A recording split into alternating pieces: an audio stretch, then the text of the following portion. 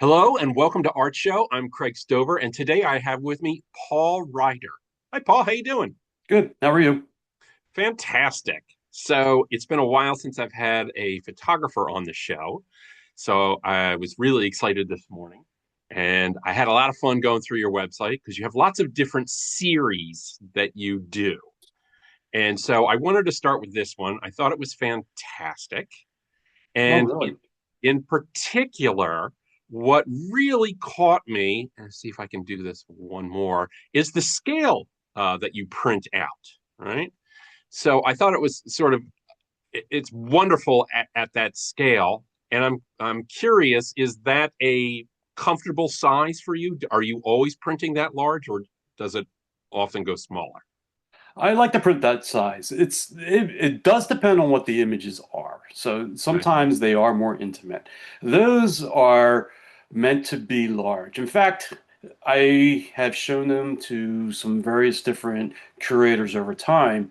And the interesting thing is, not only are they that big, which is basically like 36 inches by 36 inches and like a 40 by 40 frame, and which is really quite nice. And where that gallery was, the curator was really quite nice, the gallery owner. She picked only 9 images for that show, which is really kind of amazing because the gallery was incredibly large and she Hmm. could have filled it with artwork. She could have had many more that are in that series up on the walls, but she chose only 9 and she really Hmm. wanted to just give them the space, allow them to breathe, which is really quite nice. Hmm. So one of the things about the images is that they are meant to be sort of like these aerial views looking down on the earth. So they're Hmm. still lifes. They're, Hmm. it's just paper and it's light. Hmm. And it's this idea of being drawn to the light and this whole idea that in dark times, human nature is always drawn towards that, that sense of light, something, good or whatever it is that you might want to call it. Hmm. Um, but this was based back during when George Bush II was in office and the wars in Iraq were starting to loom. And it was sort of this idea that this barren landscape was represented in the Middle East. And it was sort of this ongoing wars that just kept on going. And this idea of like, we can do better. And the idea also came up of having them as sort of these film-like type of images as opposed to prints. Hmm. Something that you could actually have on the ground where you could actually walk on top of. Hmm. So you get the idea that you actually are looking down onto from above, from Right. an airplane, as what was going on at the That's time. fascinating. So this is from a still life though that you're setting up. Yes.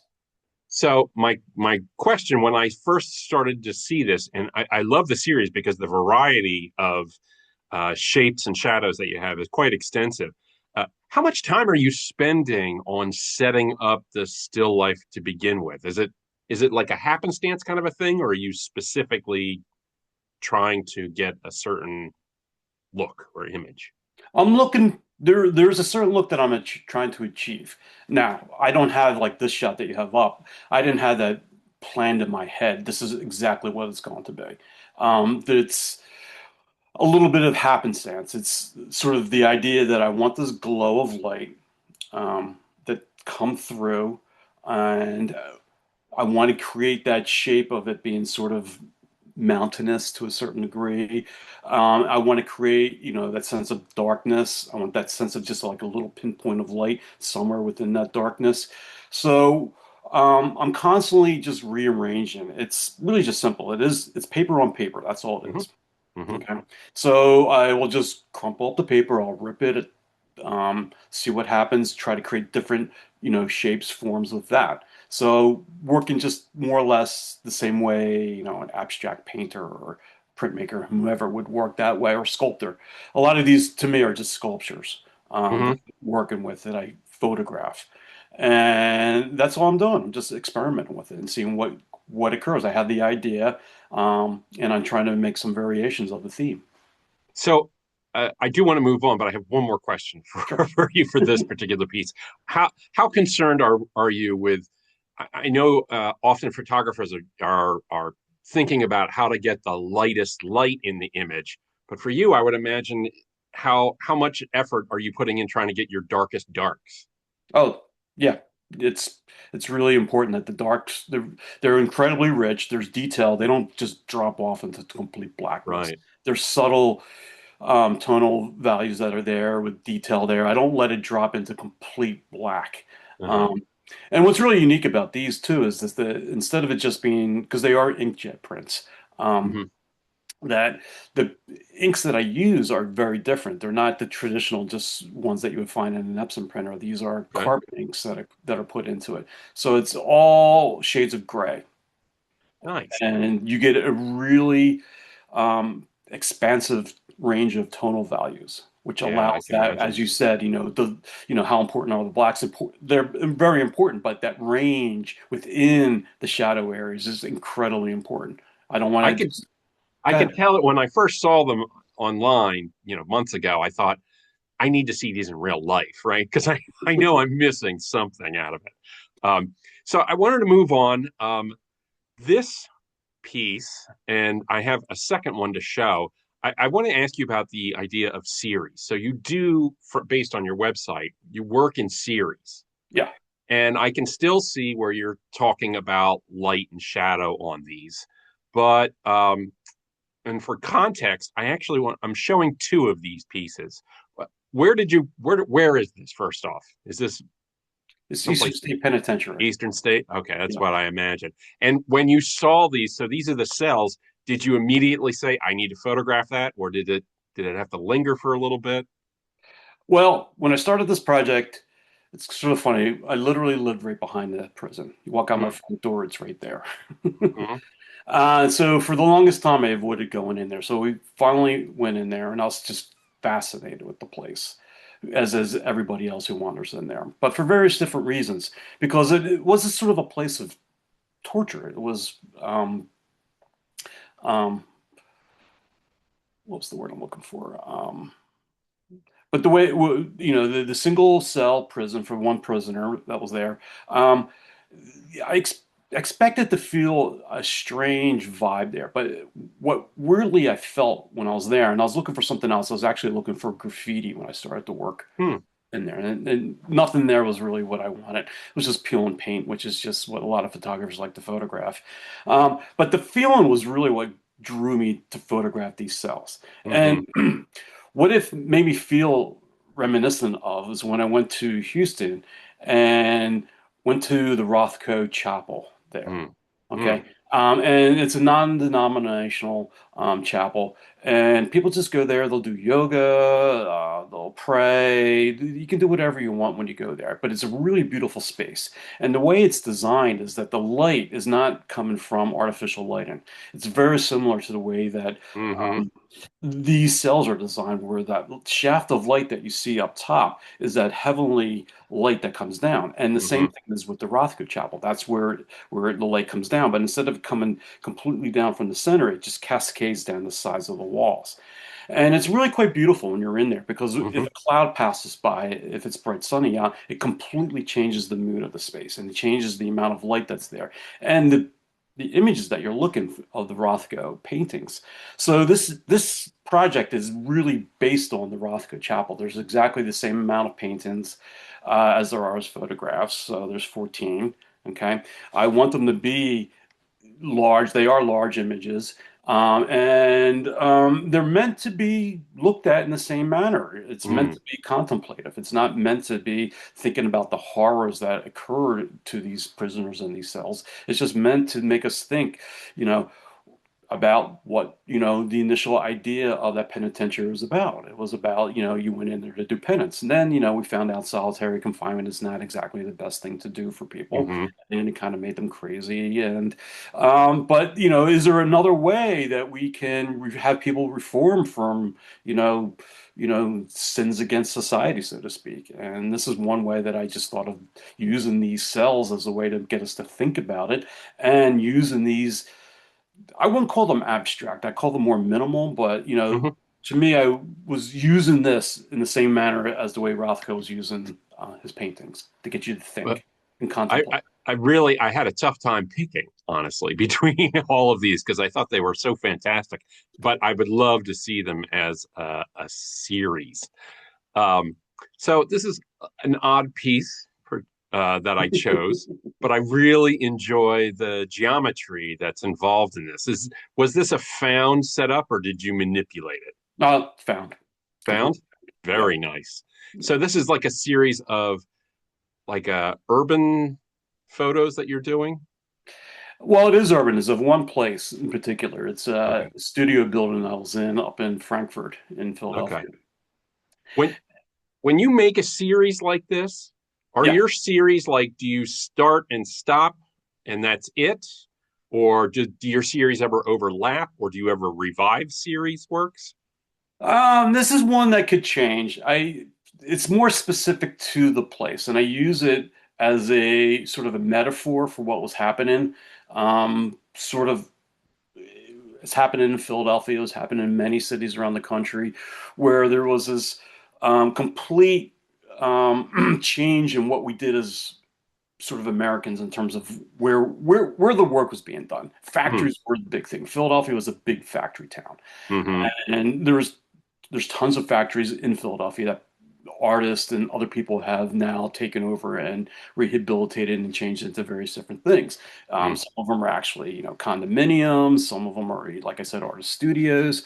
There's other businesses in there. This building was really quite interesting. It was called Globe Dye Work, Oh yeah. and and it's really interesting because it was in a part of town that was full of all these different factories. It was very, very unique that it's one of these buildings that didn't really have a lot of toxicity to it Hmm. after the fact that they closed it down. It was just a dyeing place for yarn. So it was very, but they kept adding on and on and on. So the Hmm. building itself is quite interesting. Huge. But then the people who actually worked in the space, from artists to there'd be people who would make salsa. There was a person who Hmm.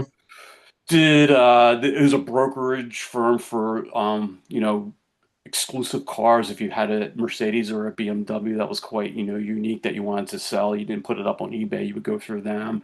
Um, there was, chocolate makers in there. There was catering firms. There was artists who actually lived in the building. It was quite this unique place. Now they do weddings there. There's Right. an art gallery there. It's quite a unique thing. So it was this idea of transition from the old world to the new world. How are we taking this over, and how important this world was in these towns, and how are these towns now dealing with it. But it was that transition. It was this period where they hadn't done a lot to the building, and I just wanted to. Hmm. They were doing a lot, and I just saw it, and they left everything there, Hmm.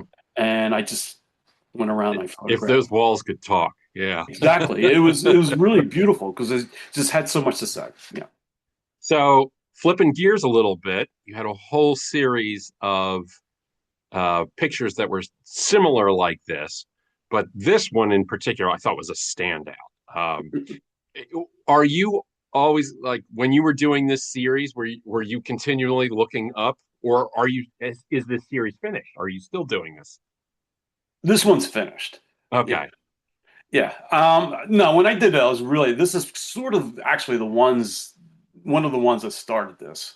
Okay. I was just completely fascinated. And when I would actually just photograph it, I literally got lost in it, looking through the camera. I love the light and the dark and the amount of texture that's involved in this. And I can imagine you probably Exactly. were It's this just large.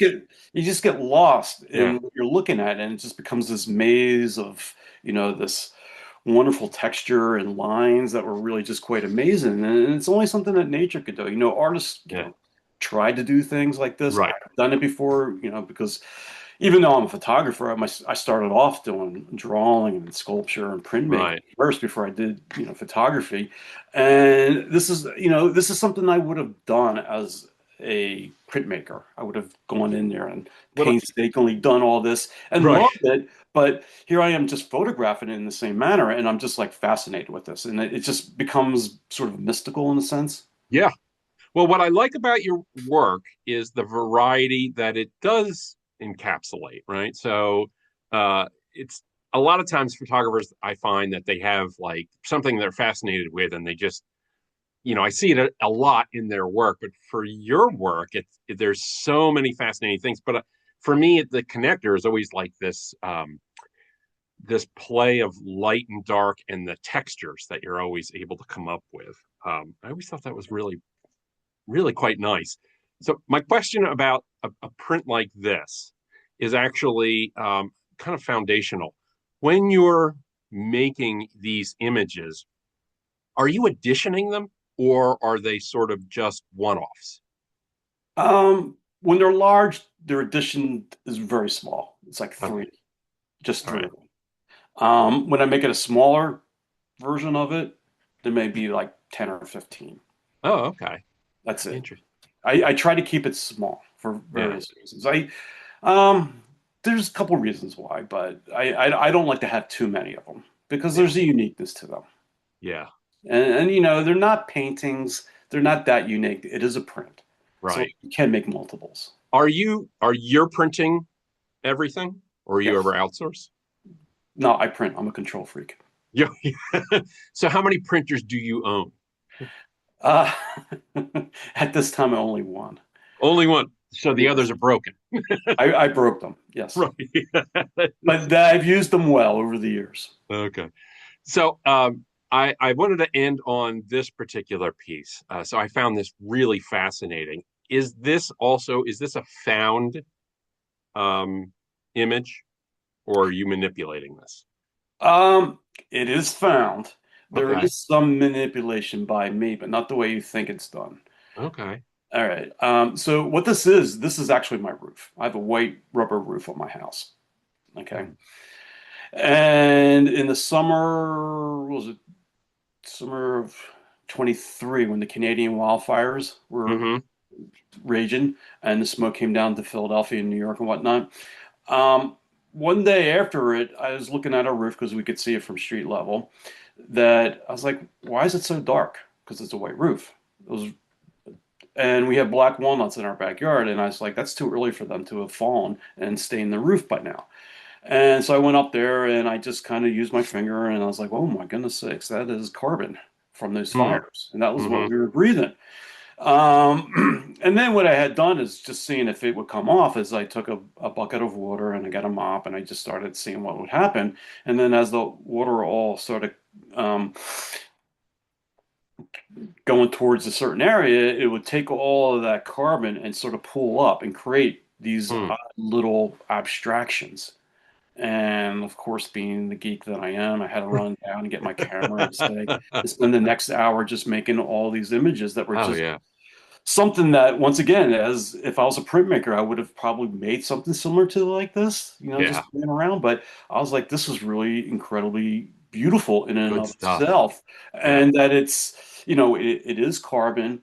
Um, it is, I manipulated it in some way, shape, or form. I didn't like move it around and specifically wanted to be this way. It just sort of like serendipity Yeah. allowed these things just to, coalesce into these little puddles and whatnot. And I just found these amazing shapes that I just said, I have to do this. This is really quite interesting. Well, I guess are you shooting on your phone? Do you always have it on you? No, that wasn't with the phone. Okay. Yeah, that was, All right. So geeky question then. What do you normally shoot on? what type of camera? Yeah. Depends. I am a traditionalist where, I learned how to do Ansel Adams zone system. So I've worked with 8x10 cameras. Okay. I've done a lot of work, which you didn't show, but there's some that I did of like Philadelphia way back in the day where it's just Hmm. like would walk around the city when I could walk back in the day when I could walk around with a large 8x10 camera and no one would bother you. Right. I could just do whatever I want. Right. Now I would just forget it. It's just impossible to walk around and do that. I would imagine. And then, when the digital world came along, it was sort of like, well, I needed to learn to do it and keep up with it. And I would go from using Hasselblads to Uh-huh. with digital backs attached to them. So Uh, to this day, are you still always shooting on film? Not so much. I cheat. Okay. All right. Little bit Because of both. Well, what I do a lot when I do use one of those big old cameras is I use paper inside Hmm. the camera. Okay. It gives you a different look. It's more affordable. Yeah, that's Film for is really sure. expensive nowadays. Yeah. And quite frankly, what happened is like when you would use film, there was a certain look that you're trying to achieve, and you're a certain perfection.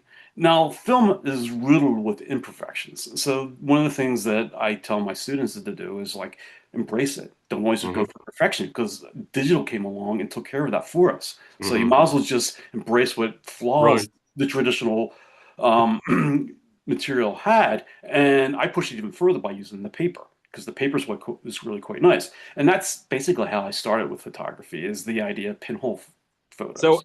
a- as a start for photography, was photography part of your childhood? No, Okay. When did you get your first camera? probably in my 20s. Oh, okay. So, Yeah. at what point in your life did you start making art? Making art? Yeah. Oh, When I did always that? made art. I was always doing drawings of things. Okay. And then, I never had any art training in high school or in grade school or anything like that. It wasn't literally until I went to college that I just signed up for my first drawing class and said, that's it. This is what I'm doing. And then I would, wander over to the printmaking area, taking all the foundation classes, love Hmm. sculpture. And what I would do is I would make sculptures to be photographed after a while Hmm. because I had this idea that, oh my God, what am I going to do with all these sculptures I make? Where am I going to store these things? Yeah, right. So I started just making these sculptures for the Hmm. camera. And a lot of what I do is that I just constantly do this. I'm always So, just what was it the process? Was it photography itself was enough to light your fire, or was there somebody in particular that encouraged you to pursue it? Well, it was photography. And as I said, I started off doing pinhole photography and what's known as photograms. Real simple Hmm. photography. No real camera involved in it. It's just Were you doing non-silver printing I at do all? it now, but not then. Okay, Yeah. interesting. Um, so basically just going into the darkroom, making these pinhole images, just learning how light affects a light sensitive material like the darkroom paper and seeing what had occurred. And one of my drawing teachers would always say to me, "You see too much. You're always putting too much into your drawings. Stop. You got to learn to Never start heard making that one. some Okay. editing. Well, yeah, because I would see everything and I'd be meticulously drawing every little thing I did and taking Right. forever to do it. And then taking this photography class, it was like, oh, I can use this to record everything that I see. And Right. then I started thinking about how I could use it in the way that I'm thinking, and I ended up liking it better because I liked the process. I liked what Hmm. photography does. I liked how it was used over the years and how you can manipulate that idea of how it was used. Like, so photography is all about making a record, basically, since day one. That's really what Hmm. it's about. It's recording what you see in front of you. And it's been used in various different ways ever since. And so if you start to think about that and how it's manipulated and how you can say something with that idea behind it, plus, all the other mediums that have used it, from like journalism to various other things. It just transforms and you can keep building off of it. And as artists always say, "Oh, there's nothing new. I can't come up with anything new." It's just like, well, no, you can. You just have to reinvent the wheel, Right. so to speak, and look at it in a different way. You got a whole history that you can build off of to move forward off of. Do you And do you find yourself, because you can control absolutely everything, do you ever find yourself at some point when maybe you're getting ready to print, or even when you do print, that you realize that you need to do a reshoot? Do you ever do reshoots? oh yeah, I always go back. I'm Really? always like I will photograph my project until I beat it to death, Okay. until I can't come up with anything new. All right. And then, it's sort of like I don't want to go back to do that again. It's like I've done that, I'm moving Uh-huh. on to something else. I Well, need speaking of something new, is there anything in particular? Is there a way or a device that you use to get yourself to do new things? Like what inspires you to make something new? um I'll look at other people's artwork all the time. Really? This past weekend we went out to a couple different museums that just Okay. opened up, and it was just seeing different artists. I don't always get inspired by photographers. In fact, they're usually the last people that inspire me. That's funny. Uh, um so speaking of only have time for a couple more questions. It's interesting that you're talking about, what inspires you when you make your work. Are you ever do you ever think about your audiences and what they think about your work? Always. Okay, so that's in your mind as you're making your work. Yes. Interesting. Yes. Okay, so this is an odd question, but one I wanted to make sure to get in. When you look back at your work, at your total body of work, would you say that your body of work is maybe autobiographical, or do you consider it separate from yourself? I don't consider it separate from myself. It's sort of those, I don't like this. These are my thoughts. These are the things that I observe. These are sort of concerns that I have that's happening in the world, so to speak, that I'm just paying attention to, hear over and over again in my head. I'll make a simple photograph of it. I'll maybe move on to do something else. Sometimes these projects take a while to get started. They don't immediately, like I go into the studio and just like banging them out right away. Mm-hmm. Usually it might be like me just experimenting, seeing what happens, listening to the thoughts in my head, writing down those thoughts, and maybe a year, two, sometimes 10 years later, I go Mm-hmm. back and I revisit the thing. How do And you then, feel that your work has changed over the years, or has it not? um, I think it's changed. I used to, um, I mean, there were some photographers in the beginning that I was very much influenced by. Eugene Auger, for one, which is somebody that, a lot of people like. But his way of working and what he was photographing and how he photographed, I really liked. And it just really just sort of got me going in a certain direction. And I would sort of photograph that way for a long time. But there's this, as I said, I do a lot of still life and a lot of conceptualization within the still lives.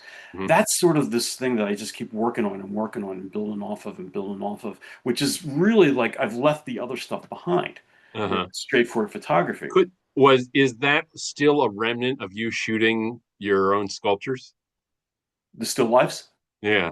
Yeah, yeah, yeah, yeah. Okay. They're Yeah, it's connected. totally it's All it's right. totally that. It's just me still, playing around with sculptures. I You've just evolved it. Yeah. yeah, yeah.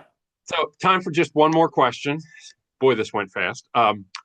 Question I ask all artists: what does making art do for you? What did it do for me? Um, One of the things it does for me is that it makes me feel as though, how do you say it? A sense of accomplishment, but in a weird way. Not so much like, oh yeah, I created this type of a thing. It's just that I'm actually working through stuff. So, some people say, oh, that's like therapy. It's not really therapy for me. It's just I need to do this. I Hmm. need to express myself in some way. I need to create something. It's just what I do. Have If you I, ever gone a long way without making art? yeah, but I'm usually thinking about it. Okay. It's in the back of my head, and I'm like, why am I not doing this? It's like, oh, because I'm thinking about it. That's the best thing I've heard all day. I'm always thinking about it. I love that.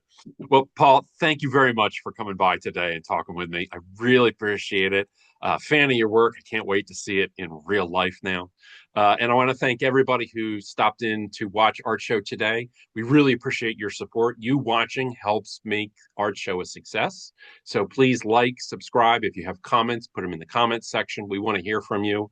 And again, Paul, thank you very much. That was Thank you so awesome. much, Craig. It's great talking to you. All right. Take care, everyone.